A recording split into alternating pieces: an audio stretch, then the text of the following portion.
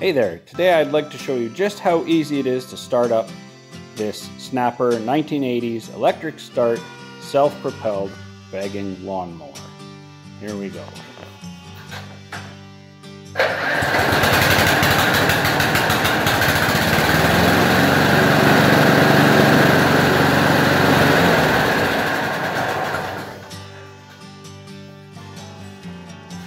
Doesn't get any easier than that. I just thought of a couple favorite Chevette memories to add to the story. The first being with the 1986 when I was still driving that, and we took in my nephews. They were having a tough time of it at home, and the younger one, he was having a hard time with it. He was hard to get to smile or to laugh. He would have been about 12, I think, or 11. And his brother's 2 years older. We were out and about in the Chevette, and of course they're giving me the gears about driving such a funny, crappy little car. And I said, yeah, but you know, there's one thing that a Chevette can do that most cars can't do. And I was just coming up near our house, and I just didn't let up, didn't hit the brakes, didn't slow down at all, just made a quick right hand up to our house. And anybody who knows the secret, the dirty little secret of these cars, is that they handle. They can really handle. And I just glanced in my rearview mirror just long enough to see my nephews sliding across the back seat, and big smile and laugh on my younger nephew's face. I mean, that was just great to see, and I'll remember that forever. Other happy memories include the first time, the 1986, you know, once I got it driving and took it around the block, and my wife, having fond memories of hers, jumped in and took it for a little rip around the crescent that we lived in, and she said, man, I forgot how fun these are to drive. And she'd never driven this car until about a week ago, and took it for a loop around our subdivision, and same thing, she forgot how fun they are to drive. The other great memory, I talked about my little brother taking the car for the summer and driving his then girlfriend, fiance, I'm not sure if they were engaged at that point, but they drove around all summer, and of course get all kinds of attention whether you like it or not. This thing gets more attention than a brand new Corvette, hands down. So when it came time for their wedding, I was his best man, and felt very honored that they asked for this to be their wedding car. And I have to say, little Bob-omb performed admirably. It never ran better than it did that day. So that was pretty classic. I'm pretty proud of this little thing. Yeah, I'm sure there's dozens more, hundreds more. Just, you know, driving this thing around, people will walk by, you know, they're crossing the street in front of you, and they kind of start to smile and laugh, and then they think, oh, maybe he's driving it because he has to. And they kind of look confused, and then I give them a nod, a thumbs up, and then they're all happy. Yeah, they like it, because they understand that I'm driving it because I actually want to.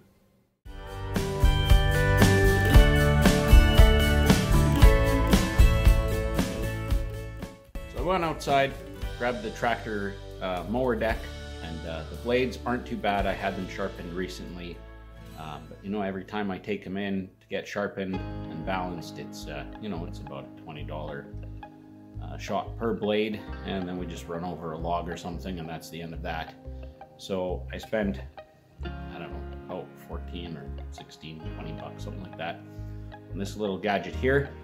Just a sharpening stone with kind of a guide on it from Canadian Tire. Chuck it in a drill, and you can use it to give the blades a buff up. You know, it's not going to do a perfect job, but it'll do enough to get us through the season. And then when the deck comes off in the fall, I usually pull the blades off and take them off to the lawnmower place around the corner to get the blade sharpened so they're ready for the spring. I didn't do that this year, so we're going to get them up.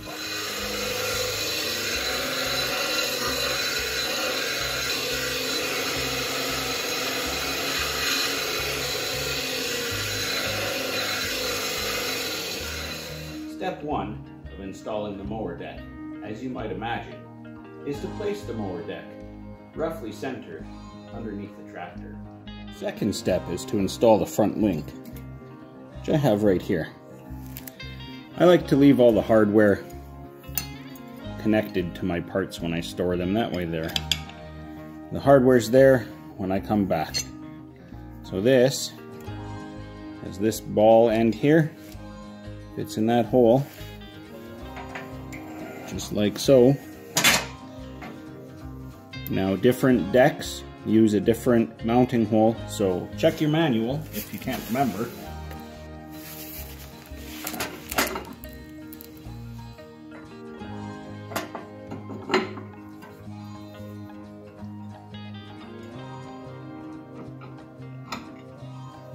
Next, install the control cable.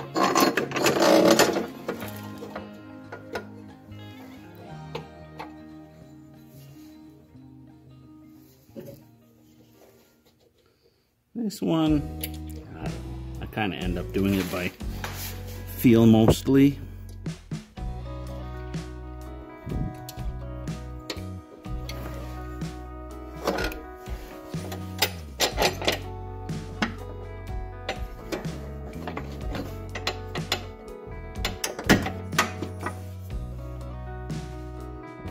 Then, install the drive belt.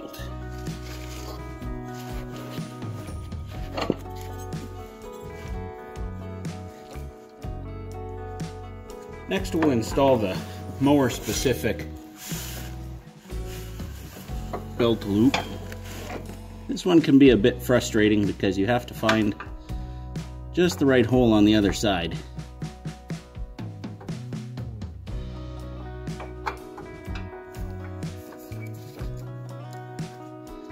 While lining everything up simultaneously on this side.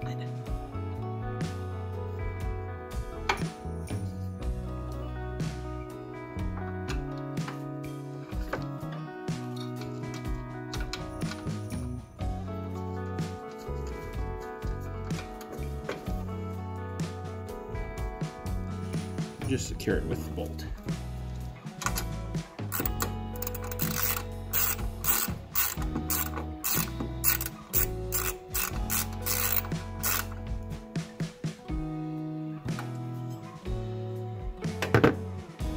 Last, we'll install the actual mower lift arms, or connect them, I guess is a better term. Sorry about that.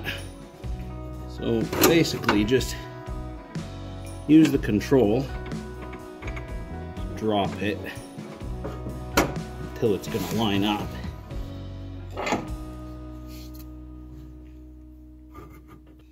Okay, still easier than putting the snowblower on.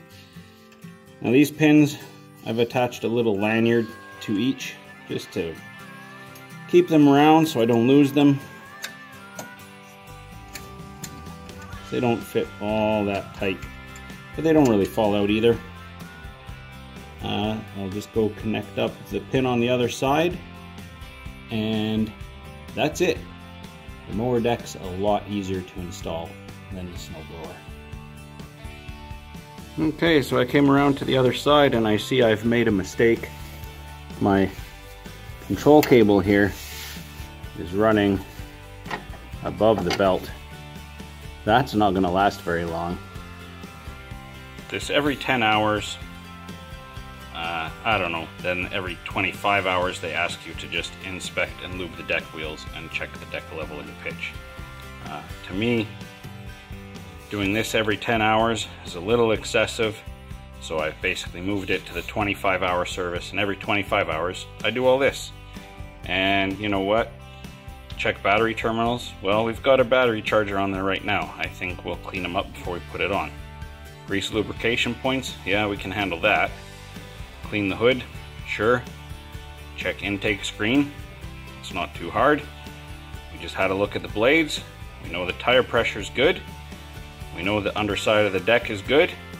We'll lube the deck wheels. We know that the level and pitch is good. So this is about 5 minutes of work. So that's it. Might be raining cats and dogs outside, but we are ready for summer mowing season. Thanks for coming along. Hope you've enjoyed it. Hit that like button if you want to see more lawn tractor content. Got a few older projects in the pipeline. I know sometimes this newer stuff isn't as interesting as the antique stuff. As for this machine, it's still on charge. Hopefully that battery will recover. And, well, no job is actually complete until everything's cleaned up and I have to drag the snowblower out to its storage place and tarp it. But that all sounds like a job for a nicer day. Happy mowing!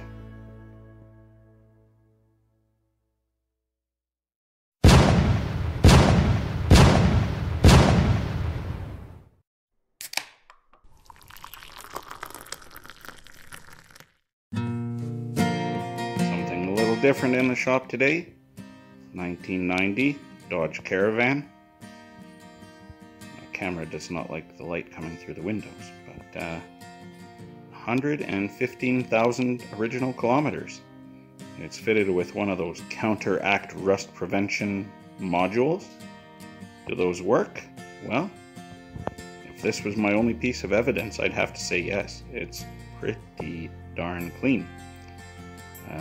Got a variety of work to do to it. We have this front wheel bearing. We have potentially timing belt water pump. And maybe some struts. So we'll see what we get onto today. Alright, so here's where we're at with the Caravan. I decided, since I couldn't really find anything drastically wrong with the cooling system, it's circulating fine. So the water pump and timing belt are all buried way down in here, way back there. It's a fairly big job.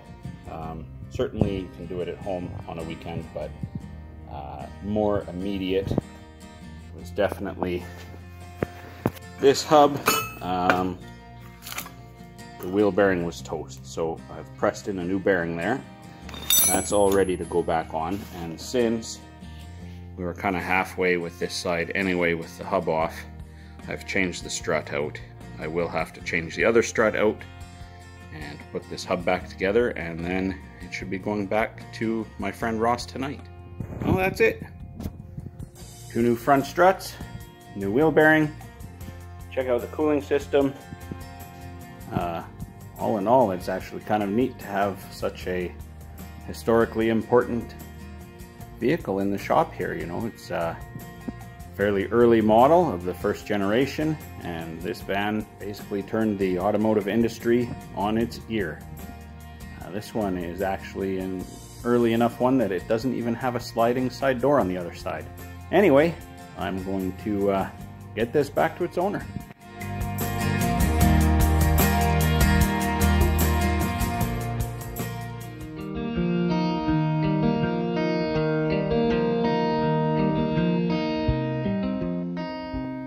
Alright, Amelia is going to start up the tractor for us. No, I am not. Yeah, move the lever with the rabbit and the turtle. Move it all right by your knee. Yeah, move it all the way up. You'll have to use your hand. I don't want to. Move it all the way up with your hand. Okay. Now you see the key on the other side? Yeah. Turn it. To the left or to the right? To the right. Keep turning.